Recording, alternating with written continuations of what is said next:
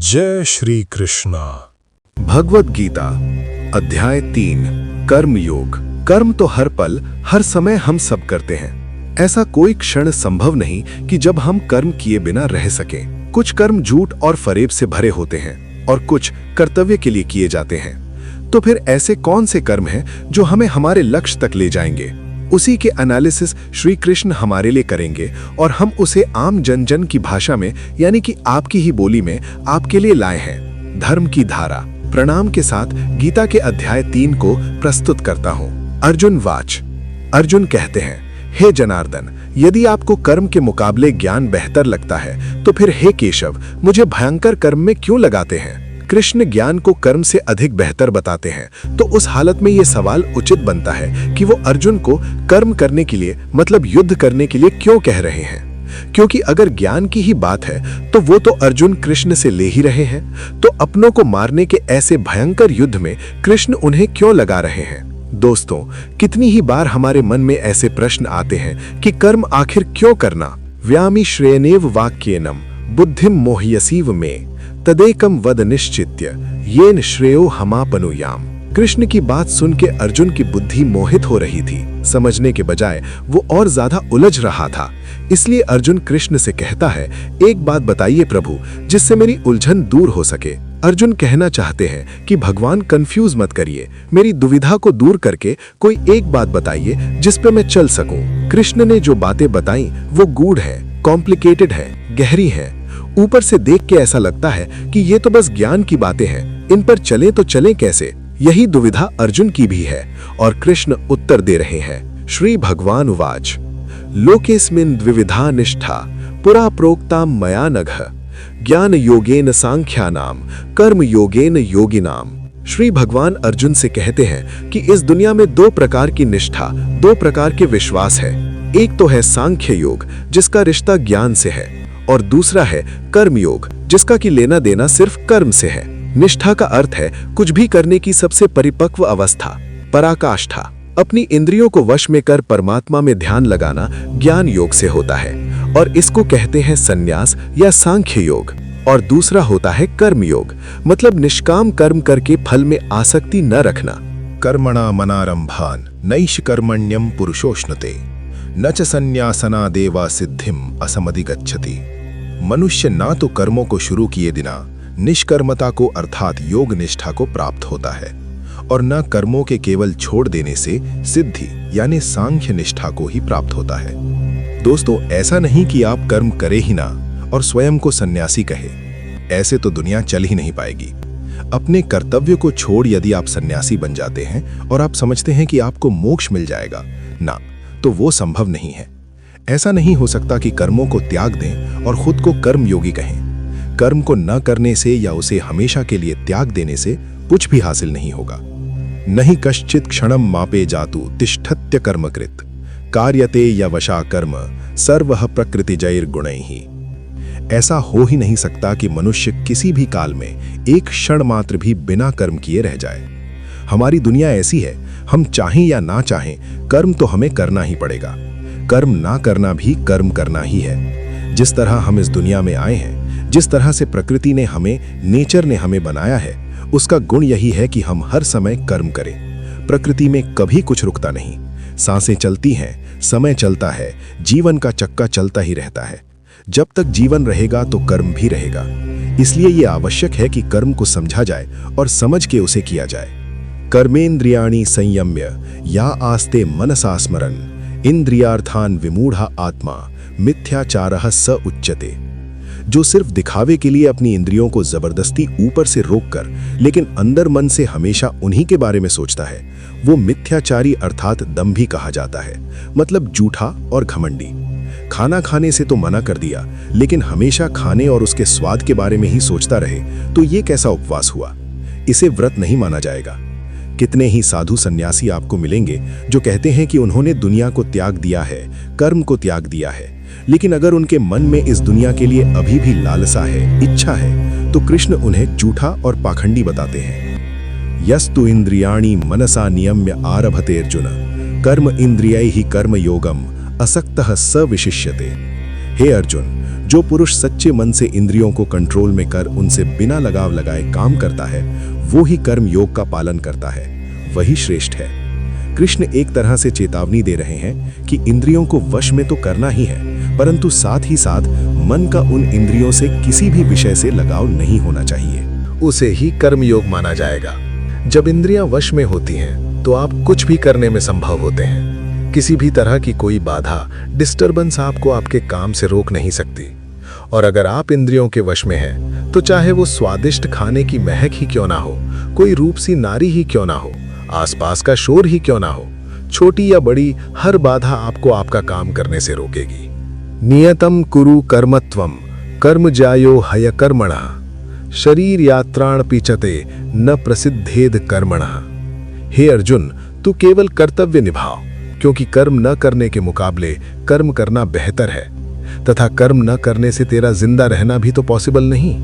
अर्थात तू शस्त्र उठा और युद्ध कर, अपना कर्म कर, क्योंकि ये कर्म न करने से कहीं अच्छा है।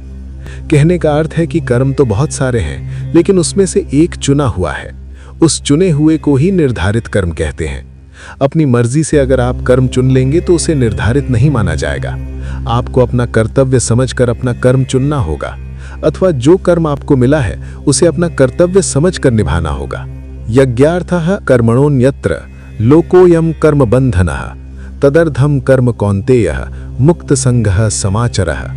इस श्लोक में कृष्ण पूरे समाज की भलाई वाले कर्म को समझा रहे हैं। यज्ञ वो होता है जिसमें सब शामिल होते हैं। कृष्ण कहते हैं यज्ञ के लिए किए जाने वाले कर्मों से ही ये मनुष्य समुदाय कर्मों से बंधता है। इसलिए हे अर्जुन, तो इच्छाओं को छोड़कर उस यज्ञ के लिए ही भली भांति कर्तव्य कर्म कर। यज्ञ अर्थात समाज और प्रजा की भलाई के लिए किया गया निस्वार्थ काम। हमको भी अपने कर्तव्यों को यज्ञ समझ ऐसे कामों में अपना योगदान देना चाहिए जिससे समाज का भला हो। अगर हम सब अपने काम को यज्ञ समझ उसे सम्मान पूर्वक करें तो सबका भला होगा। इसे ही आप निर्धारित कर्म भी मानिए। सह यज्ञास प्रजाः सृष्टः पुरुवाच प्रजापतिः अनेन प्रसविष्यध्वम् एष वोस्त्विष्ट काम धुक्रुक। प्रजापति ब्रह्मा ने इस दुनिया की शुरुआत में यज्ञ को रचकर अपनी जनता से कहा कि तुम लोग इस यज्ञ द्वारा वृद्धि को प्राप्त हो, और ये यज्ञ तुम लोगों को इच्छित भोग प्रदान करेगा। घरों में जो यज्ञ किए जाते हैं उन्हें एक धार्मिक कर्म कांड न समझकर उसकी इंपॉर्टेंस समझनी चाहिए। यज्ञ हमारे संस्कारों का एक संगठित रूप है। संस्कार मतलब काम करने का सबसे उत्तम तरीका। यज्ञ से हम हर विधि को, संस्कार को एकदम उचित तरीके से पूरा कर अपने कर्म को शुरू करते हैं। यज्ञ एक तरीके से हमें रास्ता दिखाता है। अगर आगे भी संस्कारों का पालन होगा तो ध्येय अर्थात गोल, हमारा एम जरूर पूरा होगा। देवान भावयतन्नेन ते देवाः भावयन्तु वः परस्परम भावयन्तः श्रेयः परम वाप्स्यथ। ब्रह्मा कहते हैं कि यज्ञ से सब लोगों को देवताओं को खुश करना चाहिए, और फिर वो देवता खुश होके हम सब की भलाई करेंगे। इस प्रकार निस्वार्थ भाव से एक दूसरे को उन्नत करते हुए तुम लोग परम कल्याण को प्राप्त हो जाओगे। यज्ञ तरीका है देवताओं को खुश करने का, और उसके बदले में देवता आपको खुश रखते हैं, आपकी उन्नति करते हैं। इसलिए काम शुरू करने से पहले, कुछ भी शुभ करने से पहले ईश्वर का नाम लेने का विधान है। यही ईश्वर का नाम जब सही तरीकों, सही पद्धति, सही मेथड्स के साथ किया जाता है उसे यज्ञ कहते हैं। यज्ञ को अपने और देवताओं के बीच का एक मीडियम मान लीजिए, जिससे दोनों के बीच संबंध बना रहता है। ऐष्टान भोगान हिवो देवा दास्यन्ते यज्ञ भाविताः तैर दत्तान प्रदायाभ्यो यो भुंक्ते स्तेन एव सहा। यज्ञ करके जब आप देवताओं की पूजा करते हैं तो वे आपके बिना मांगे ही आपकी सारी इच्छाओं को पूरा कर देते हैं। लेकिन जो यज्ञ नहीं करता, उस यज्ञ से देवता को प्रणाम नहीं करता, लेकिन फिर भी अपनी इच्छाओं को पूरा करना चाहता है, उन्हें चोर समझना चाहिए। कुछ देने पे कुछ मिलता है, कुछ करने से कुछ मिलता है। बिना अर्घ चढ़ाए, बिना पूजा किए अगर कोई चाहता है कि उसकी मनोकामना पूरी हो जाए, बिना कुछ काम किए अगर कोई सोचे कि उसका काम बन जाए, तो इसे बेईमानी या चोरी ही तो कहा जाएगा। यज्ञ से बचे हुए अन्न को खाने वाले श्रेष्ठ पुरुष सब पापों से मुक्त हो जाते हैं, और जो पापी लोग अपना शरीर पोषण करने के लिए ही अन्न पकाते हैं, वे तो पाप को ही खाते हैं। हम क्या सिर्फ खा के जिंदा रहने और फिर मर जाने के लिए पैदा होते हैं? ऐसे जीवन का क्या मतलब हुआ?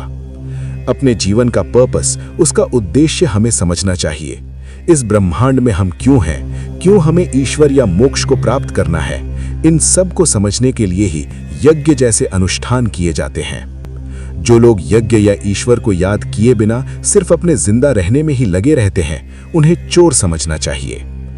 अन्नात् भवन्ति भूतानि पर्जन्याद् अन्न संभवः, यज्ञाद् भवन्ति पर्जन्यो यज्ञः कर्म समुद्भवः, कर्म ब्रह्मोद्भवं विद्धि ब्रह्माक्षर समुद्भवम्, तस्माद् सर्वगतं ब्रह्मं नित्यं यज्ञे प्रतिष्ठितम्। अगर अन्न खत्म हो जाए तो सब खत्म हो जाएंगे। संपूर्ण प्राणी जगत हर कोई अन्न से उत्पन्न होते हैं। अन्न की उत्पत्ति वृष्ट से होती है, यानी कि बारिश, और बारिश यज्ञ से होती है, और यज्ञ कर्मों से होते हैं, और कर्म की उत्पत्ति वेद से। हमारी संस्कृति का सारा ज्ञान वेद से ही तो आया है। कर्म क्या है, उसकी परिभाषा भी वेद से आई है, और वेद परम पिता परमात्मा से उत्पन्न हुए हैं। वेद ईश्वर से आया ज्ञान है। वेद से आगे और वेद से बड़ा कुछ भी नहीं। इससे दोस्तों ये सिद्ध होता है कि यज्ञ और ईश्वर में सीधा संबंध है। एवं प्रवर्तितम चक्रम नानुवर्तयति हयः, अघायुरिंद्रिया रामो मोघम पार्थ सजीवति। कृष्ण कह रहे हैं, हे पार्थ, जो पुरुष परंपरा से नहीं चलता, जो सृष्टि चक्र प्रकृति के नियमों का पालन नहीं करता, मतलब जो अपने कर्तव्य का पालन नहीं करता, वह इंद्रियों के द्वारा भोगों में रमण करने वाला पापायु पुरुष व्यर्थ ही जीता है। ऐसा पुरुष, ऐसा इंसान बस इंद्रियों के वश में होकर के जिंदा रहता है, जीता है और मर जाता है। उसके जीवन मृत्यु का चक्र चलता ही रहता है, चलता ही रहता है। ऐसे इंसान के जीने और मरने का कोई मतलब नहीं। वेदों में, ग्रंथों में जो ज्ञान, जो नियम बनाए हैं, उनका मतलब है, और उस मतलब के अनुसार हमको अपना जीवन जीना चाहिए। यस्वात्मरतिरेव स्याद् आत्मतृप्तश्च मानवः, आत्मन्येव च संतुष्टस् तस्य कार्यम न विद्यते। कृष्ण कहते हैं, जो मनुष्य आत्मा में ही रमण करने वाला और आत्मा में ही तृप्त तथा आत्मा में ही संतुष्ट हो, उसके लिए कोई कर्तव्य नहीं है। आत्मा का मतलब यहाँ सबसे बड़ा सच है, और जो सत्य को समझता है, सत्य में ही खुश होके सत्य में ही रहता है, उसके लिए कोई कर्तव्य नहीं। जिसको ज्ञान प्राप्त हो चुका है, जो जीवन की सच्चाई जान चुका है, सिर्फ वो ही ऐसा है जिसके लिए कर्तव्य का कोई मतलब नहीं। लेकिन ऐसा कोई लाखों करोड़ों में ही एक होता है। बाकी हम सब के लिए कर्तव्य ही सब कुछ है। संजय वाच नैव तस्य कृते नार्थो ना कृते निह कश्चन न चास्य सर्वभूतेषु कश्चिद्यर्थ व्यपाश्रयः। संजय श्री कृष्ण की ज्ञान को हमें आगे बता रहे हैं कि ऐसे महापुरुष जो आत्मा को, सच को जान चुके हैं, उनके लिए कर्म करने का कोई प्रयोजन रहता ही नहीं।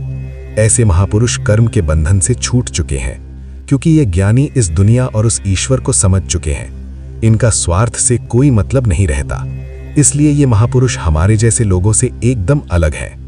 इन पर वो नियम लागू नहीं होते जो हमारे जैसे दुनियादारी में लगे हुए लोगों पर लागू होते हैं। दोस्तों, इसे कुछ ऐसे समझिए कि जिसे ईश्वर मिल गया हो, उसे फिर और क्या चाहिए, वो फिर कोई और कर्म क्यों करे। तस्मादसक्तः सततम कार्यम कर्म समाचरः, असक्तो याचरन् कर्मः परमाप्नोति पुरुषः। हे अर्जुन, इसलिए तू लगातार आसक्ति, अपनी इच्छा को छोड़कर हमेशा अपने कर्तव्य कर्म को ठीक तरीके से करता रह। अपनी इच्छाओं को, अपनी कामनाओं को छोड़कर सिर्फ और सिर्फ कर्तव्य को पूरा करने में लग जा, क्योंकि आसक्ति से, लगाव से छूटकर जो भी अपना कर्म करता है, वो मनुष्य परमात्मा को प्राप्त हो जाता है। कर्तव्य का रास्ता आसान नहीं होता।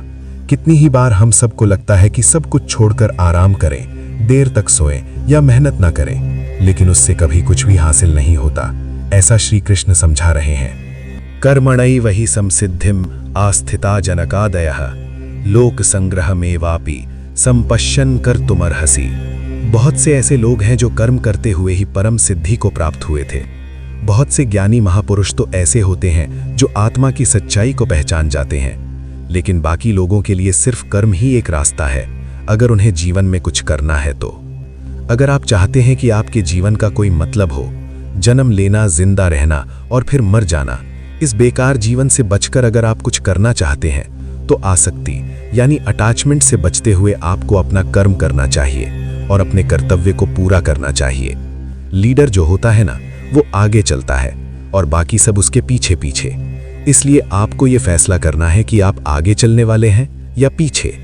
कृष्ण कहते हैं कि श्रेष्ठ पुरुष जो आचरण करता है, अन्य पुरुष भी वैसा वैसा ही आचरण करते हैं। वो जो कुछ प्रमाण कर देता है, समस्त मनुष्य समुदाय उसी के अनुसार बरतने लग जाता है। कहने का अर्थ है, जो हमारे आदर्श होते हैं हम उन्हीं को फॉलो करते हैं। किसी भी फील्ड को ले लीजिए, कुछ ऐसे लोग होते हैं जो उस फील्ड में सर्वश्रेष्ठ होते हैं और पूरी दुनिया उन्हीं के जैसा करने की कोशिश करती रहती है। लीडर एक होता है और फॉलोअर्स अनगिनत। तो दोस्तों, आप क्या बनना चाहते हैं, आगे या पीछे? यानी कि आप आगे चलना चाहते हैं या सबके पीछे? ना मे पार्थास्ति कर्तव्यम त्रिषु लोकेषु किंचनम नानवाप्तम अवाप्तव्यम वर्तयेव च कर्मणि। कृष्ण कहते हैं, हे अर्जुन, मेरा इन 3 लोकों में कुछ भी कर्तव्य नहीं है और ना ही ऐसी कोई वस्तु है जिसे मैं प्राप्त नहीं कर सकता, तो भी मैं कर्म में ही बरतता हूँ। श्री कृष्ण से बड़ा लीडर कौन होगा दोस्तों? लेकिन वो भी कर्म करते हैं, वो भी कर्म करते हुए अपने कर्तव्य का निर्वाह करते हैं। कृष्ण ने महाभारत में भाग लेने से मना नहीं किया। उनकी नारायणी सेना कौरवों के साथ थी, लेकिन वो खुद अर्जुन के साथ, वो अर्जुन के सारथी बने। जब कृष्ण अपना कर्म करके अपने कर्तव्यों को पूरा कर रहे हैं, तो हम कौन होते हैं, हम क्या हैं? फिर हम क्यों ना करें? यदि यह न वर्तेयम जातु कर्मणि यतन्द्रितः मम वर्तमानु वर्तन्ते मनुष्याः पार्थ सर्वशः। कृष्ण कहते हैं, हे पार्थ, अगर मैं कर्मों को करने में सावधानी न बरतूं तो बड़ा अनर्थ हो जाएगा। हर कोई श्री कृष्ण को फॉलो करता है। अगर आपका लीडर ही कुछ नहीं करेगा, अगर भगवान ही कुछ नहीं करेंगे, तो मनुष्य तो सब कुछ करना छोड़ देंगे। जो सबसे बड़ा होता है, लीडर होता है, सर्वश्रेष्ठ होता है, सब उसके पीछे चलते हैं। अब अगर कृष्ण ये सोचते कि मैं तो भगवान हूं और मैं कर्म नहीं करूंगा, तो उन्हें किसी और को ज्ञान देने का क्या अधिकार रह जाता?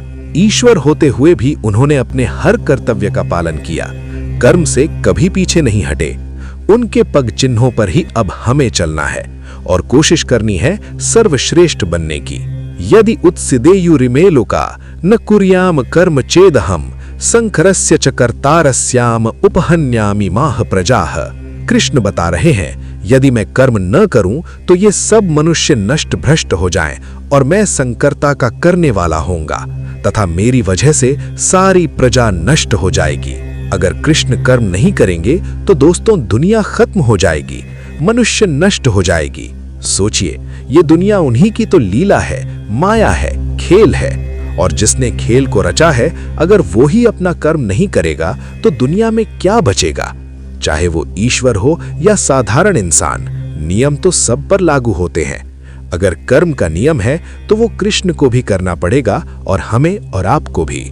सक्ताः कर्मणि अविद्वांसो यथा कुर्वन्ति भारत कुर्याद विद्वांस तथा सक्तश्च चिकीर्ष लोक संग्रहम। हे भारत, जिनमें समझ नहीं होती ना, वो कर्म में आसक्त होकर काम करते हैं। विद्वानों को, समझदारों को बिना लगाव के कर्म करना चाहिए। क्या यज्ञ करने से हम ज्ञानी हो जाते हैं? कर्म को सही विधि करने से क्या हम ज्ञानी हो जाते हैं? नहीं, कर्म करना है लेकिन उससे आसक्ति, अटैचमेंट नहीं रखनी है, और ऐसा करना आसान नहीं है। अगर कोई ऐसा ज्ञानी है जिसका कि कर्मों से कोई लेना देना नहीं, जैसे कि साधु सन्यासी जिनकी कर्म में आसक्ति नहीं, तो ऐसे लोगों को समाज सेवा में लग जाना चाहिए। ये उनके लिए कहा गया है जिन्हें लगता है कि दुनिया छोड़ सन्यासी बनने से उन्हें भगवान या सत्य की प्राप्ति हो जाएगी। न बुद्धि भेदम जनयेत ज्ञान्यानाम कर्म संगिनाम जोशयेत सर्व कर्माणि विद्वान युक्तः समाचरन्। जो ज्ञानी है, जिन्हें ईश्वर की सच्चाई मालूम हो चुकी है, उनकी ये जिम्मेदारी बन जाती है कि उनके काम करने के तरीके से कहीं किसी और के मन में कर्म के प्रति अश्रद्धा, अपमान सब पैदा न हो जाए। आप किसी ज्ञानी को देख ये सोच सकते हैं कि वो कुछ करते ही नहीं तो मैं भी ना करूं। इसलिए ये उन ज्ञानियों महापुरुषों के लिए जरूरी है कि वो ऐसा उदाहरण सामने रखें जिससे हर कोई अपना कर्म, अपना कर्तव्य करने के लिए प्रेरित हो। दोस्तों, साधु को देख अगर सब अपना परिवार छोड़कर दुनिया छोड़ने लगे तो दुनिया चल नहीं पाएगी। प्रकृतेः क्रियमाणानि गुणः कर्माणि सर्वशः अहंकार विमूढ़ात्मा कर्ताहमिति मन्यते। हर इंसान की एक प्रकृति होती है, एक नेचर होता है। अपनी उस प्रकृति के अनुसार ही वो कर्म करता है। हर कर्म उस प्रकृति के गुण के हिसाब से ही होता है। जिसके अंदर घमंड भरा होता है वो ये सोचता है कि मैं करता हूं, मतलब कि करने वाला वो है। ऐसा सोचने वाले को अज्ञानी कहा गया है। आप जो भी काम करते हैं उस काम को करवाने वाली आपकी प्रकृति है, उस प्रकृति के गुण हैं। कितनी ही बार ऐसा होता होगा कि गुस्से में आप कुछ ऐसा कर जाते हैं जो आप नहीं करना चाहते थे, वो आपका क्रोध आपसे करवा देता है। सोचिए और समझने की कोशिश करिए कि आपकी प्रकृति क्या है। तत्ववित्तु महाबाहो गुण कर्म विभागयोः गुणा गुणेषु वर्तन्तः इति मत्वा न सज्जते। यहाँ पर कृष्ण ने बहुत ही ज्यादा गहरी बात कही है। सात्विक, राजसिक और तामसिक 3 तरह की प्रवृत्तियां होती हैं। फिर उनके गुण विभाग और कर्म विभाग होते हैं। इस तरह से समझ लीजिए कि अलग अलग नेचर के एट्रीब्यूट्स होते हैं। इन्हीं गुणों की वजह से आप कर्म करते हैं। जैसे अगर तामसिक गुण रहेगा तो आप आलस या नींद या इसी तरह के बुरे कर्म करेंगे। राजसी गुण वाला बात बात पर शौर्य या बहादुरी दिखाने की कोशिश करेगा। जो ज्ञानी होते हैं वो जानते हैं कि यही गुण उनसे कर्म करवा रहे हैं, और जो ज्ञानी नहीं होते, हम जैसे ज्यादातर लोग, वो समझते हैं सब कुछ वो ही कर रहे हैं। प्रकृतेर गुण सम्मूढ़ः सज्जन्ते गुण कर्मसु तान कृत्स्न विदो मंदान कृत्स्न विन्न विचालयेत। कर्म में लगे हुए ज्ञानियों को ये जानना चाहिए कि गुण ही उनसे कर्म करवाते हैं, वो खुद कुछ भी नहीं करते। और जब ज्ञानी इस बात को समझ लें तो ये उनकी जिम्मेदारी होती है कि वो अज्ञानियों को समझाएं कि कर्म ही उनका धर्म है। ज्ञानी अर्थात के पहुंचे हुए लोग, ये लोग जान जाते हैं कि उनके अंदर के गुण आते जाते रहते हैं, बदलते रहते हैं, और इन्हीं गुणों के अनुसार उनके कर्म भी बदलते रहते हैं। इसलिए वो इन कर्मों को करने वाला खुद को कभी नहीं मानते, बस काम करते हैं और बाकी सब कुछ ईश्वर को सौंप देते हैं। दोस्तों, हमें भी बस कर्म करके बाकी सब कुछ उस पर छोड़ देना चाहिए। मयि सर्वाणि कर्माणि सन्न्यस्याध्यात्म चेतसा निराशिर निर्ममो भूत्वा युध्यस्व विगतज्वरः। कृष्ण अर्जुन से कहते हैं कि तू मुझ अंतर्यामी परमात्मा में अपने सारे कर्मों को अर्पण कर दे। आशा को छोड़, ममता को छोड़ और दुख को दूर करके युद्ध कर।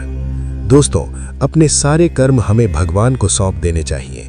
कोई आशा नहीं, ममता नहीं और कोई दुख नहीं, कुछ भी भाव नहीं होना चाहिए। तू जा, बस युद्ध कर। इसी को आप फॉर्मूला मान लीजिए सफलता का। जी हाँ, सफलता का, कुछ भी करने का, आगे बढ़ने का। आशा, ममता, दुख सब कुछ भूल के बस काम में लग जाइए और उन्नति करते जाइए। ये मे मतम इदम नित्यम अनुतिष्ठन्ति मानवाः श्रद्धावन्तो न सूयन्तो मुच्यन्ते तेति कर्मभिः।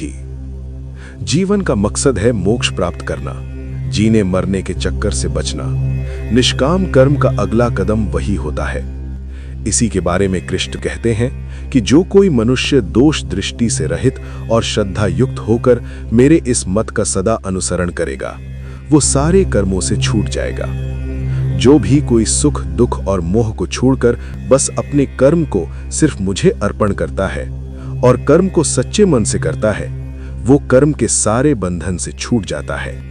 और कर्म के बंधन से छूटने का अर्थ है जन्म मृत्यु के चक्कर से बचना।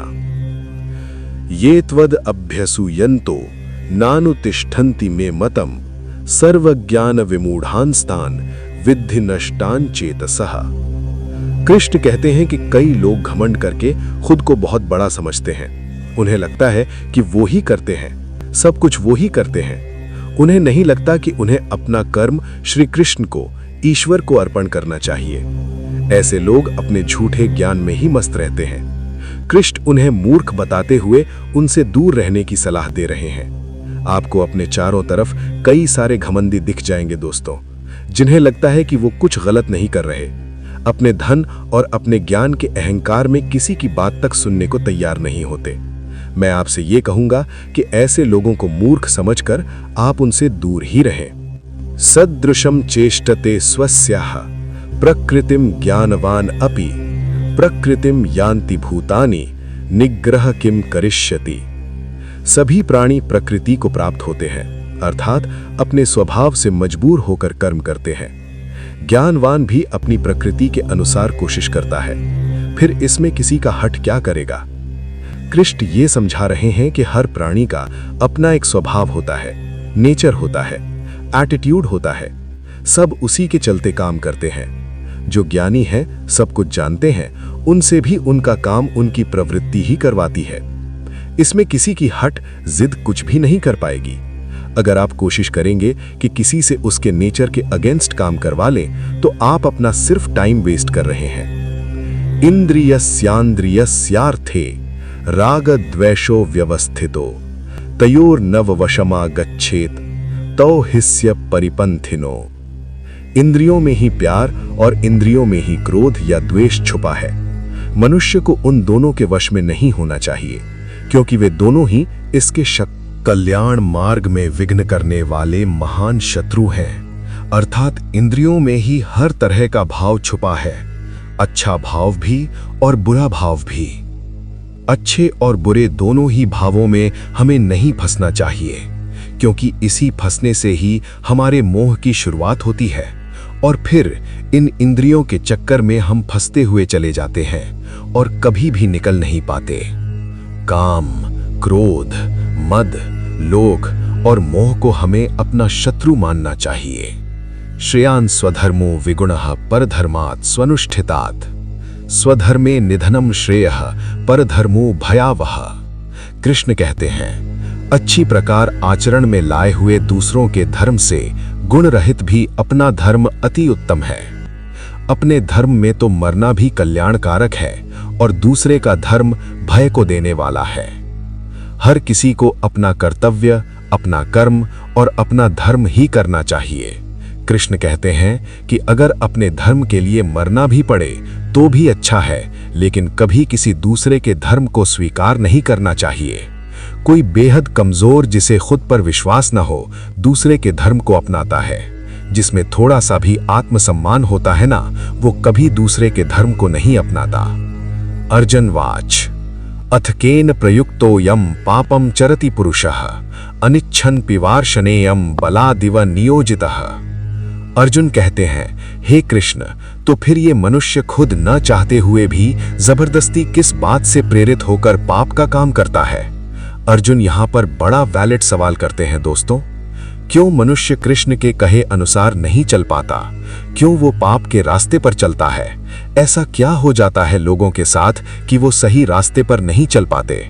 गलत रास्ते पर क्यों चलने लगते हैं, चाहे वो इस बात को जानते हो या न जानते हो? वो क्या चीज है जो उन्हें विवश करती है? पाप के लिए उनकी बुद्धि, उनके मन, उनके गुण किस बात को दोष दें? श्री भगवान उवाच कामेशः क्रोधेशः रजो गुण समुद्भवः महाशनो महापापमा विद्यहीनमिह वैरणम। श्री भगवान कहते हैं, रजोगुण से उत्पन्न होता है काम और काम में से निकलता है क्रोध अर्थात गुस्सा। काम या क्रोध कभी रुकता नहीं अर्जुन, बस बढ़ता ही रहता है। इसको अपना सबसे बड़ा शत्रु मानना चाहिए दोस्तों।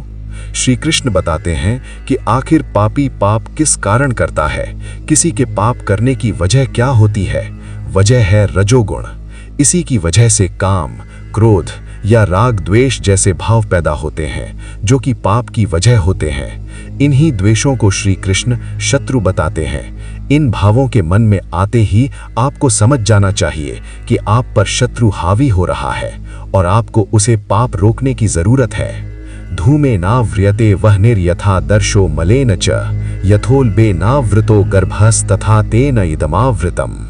जिस प्रकार धुएं से आग और धूल से दर्पण ढका जाता है तथा जिस तरह से जेर मतलब एमनियॉन से गर्भ ढका रहता है, वैसे ही उस काम द्वारा हमारा ये ज्ञान ढका रहता है। राख जलती रहती है और उसके धुएं में आग छुपी रहती है। शीशे पर अगर धूल हो तो चेहरा साफ नहीं दिखता।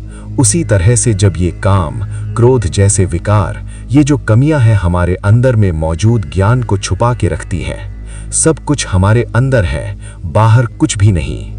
ये ऐब, कमियां हमारे अंदर रहकर असली ज्ञान को छुपाकर एक तरह से हमें विवश कर देती हैं और हमें पाप करने के लिए उत्साहित करती हैं। इसलिए श्री कृष्ण इन्हें शत्रु बताते हैं। आवृतम ज्ञानमेतेन ज्ञानिनो नित्य वैरिणा काम रूपेण कौन्तेय दुष्पूरेणा नलेन चल। हे अर्जुन, यह ऐसी आग है जो कभी बुझती ही नहीं। इस आग का मतलब है काम, और इसी से मनुष्य का ज्ञान ढका हुआ है।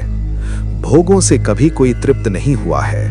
पैसा अगर कमाया है तो और कमाना है, खाना अगर खाया है तो और खाना है।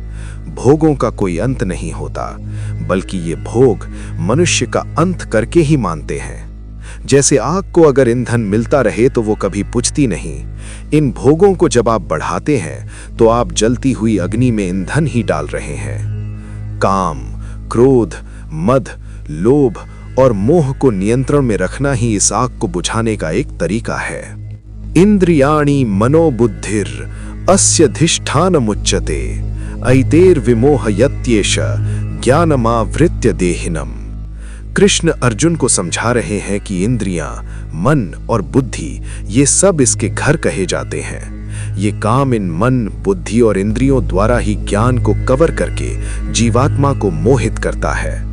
काम, क्रोध जैसे विकार, कमियां इंद्रियों, मन और बुद्धि में रहते हैं। ये इनके घर हैं जहां इनका निवास होता है। घर में रहकर ये कमियां घर के मालिक को मोहित कर उसे ही खत्म करने की कोशिश करती हैं। कुछ अच्छा देख मन में लालच आता है, काम पूरा न होने पर क्रोध आता है। इसी तरह से ये कमियां हमारे दिल दिमाग पर कब्जा करना शुरू करती हैं और हम हमेशा इनके वश में रहते हैं। तस्मात् त्वमिन्द्रियाण्यादव नियम्य भरतर्षभव पापमानं प्रजहीयहेनम ज्ञान विज्ञान नाशनम। हे अर्जुन, तू पहले इंद्रियों को संयमित कर। इस ज्ञान और विज्ञान का नाश करने वाले महान पापी काम को कुछ भी करके बलपूर्वक मार दे। कृष्ण अर्जुन को सलाह देते हैं दोस्तों कि इससे पहले ये काम, क्रोध जैसे शत्रु तुझ पर कब्जा कर ले, तू अपनी इंद्रियों को वश में करके अपने काम, क्रोध को मार दे। ये काम और क्रोध ही हैं जो हमारे अंदर मौजूद ज्ञान को खत्म कर उसमें शंका भरते हैं, हमें हमारे रास्ते से भटकाते हैं। कितनी ही बार आपके साथ भी होता होगा कि कोई जरूरी काम करते हुए आराम करने का मन करता होगा। बस यही वो समय होता है दोस्तों जब आपको अपनी इंद्रियों को वश में करना होता है। इंद्रियाणि पराण्याहुर्न इंद्रियेभ्य परम मनः मनसस्तु परा बुद्धिर्न यो बुद्धेः परतस्तु सह। इंद्रियों को स्थूल शरीर से बेहतर, बलवान और सूक्ष्म यानी कि सटल कहते हैं। इन इंद्रियों से बेहतर मन है, मन से भी बेहतर बुद्धि है, और जो बुद्धि से भी बड़ा है वो आत्मा है। कृष्ण कहते हैं कि हमारे शरीर से श्रेष्ठ हमारी इंद्रियां हैं। सही बात है, किसी भी शरीर को उसकी इंद्रियां पल भर में वश कर लेती हैं, लेकिन इंद्रियों से बड़ा मन है। आप अपने मन से इंद्रियों को कंट्रोल कर सकते हैं और मन से बड़ी बुद्धि है। गहरी बात है दोस्तों, इस बात को ध्यान में रखिएगा। तो अभी तक सबसे बड़ी हुई बुद्धि और बुद्धि से बड़ी है आत्मा, और इसी आत्मा को समझने का ये सारा खेल है। एवं बुद्धे परम बुद्ध्वा संस्तभ्यात्मानमात्मानाम जहि शत्रुम महाबाहो काम रूपम दुरासदम। कृष्ण अपनी बात को समझाते हुए कह रहे हैं कि हे अर्जुन, इस प्रकार बुद्धि से बेहतर अर्थात सूक्ष्म, बलवान और अत्यंत श्रेष्ठ आत्मा को मान। बुद्धि से अपने मन को वश में कर सकते हो, और हे महाबाहो, तू इस काम रूप दुर्जेय शत्रु यानी कि इनविंसिबल एनिमी को मार डालो। बुद्धि से मन को वश में करना है। अगर मन वश में हो गया तो आप इंद्रियों को भी वश में कर लेंगे। जब मन और इंद्रियां आपके वश में हैं, तो फिर उसका अगला कदम होगा आत्मा के पास पहुंचना। आत्मा परमात्मा का ही एक रूप है, और आपकी बुद्धि आपको आपकी आत्मा के करीब पहुंचा सकती है। तो दोस्तों, ये था भगवत गीता का अध्याय 3 और यहीं पर आज्ञा दीजिए आपके अपने धर्म की धारा को। धन्यवाद। जय श्री कृष्णा।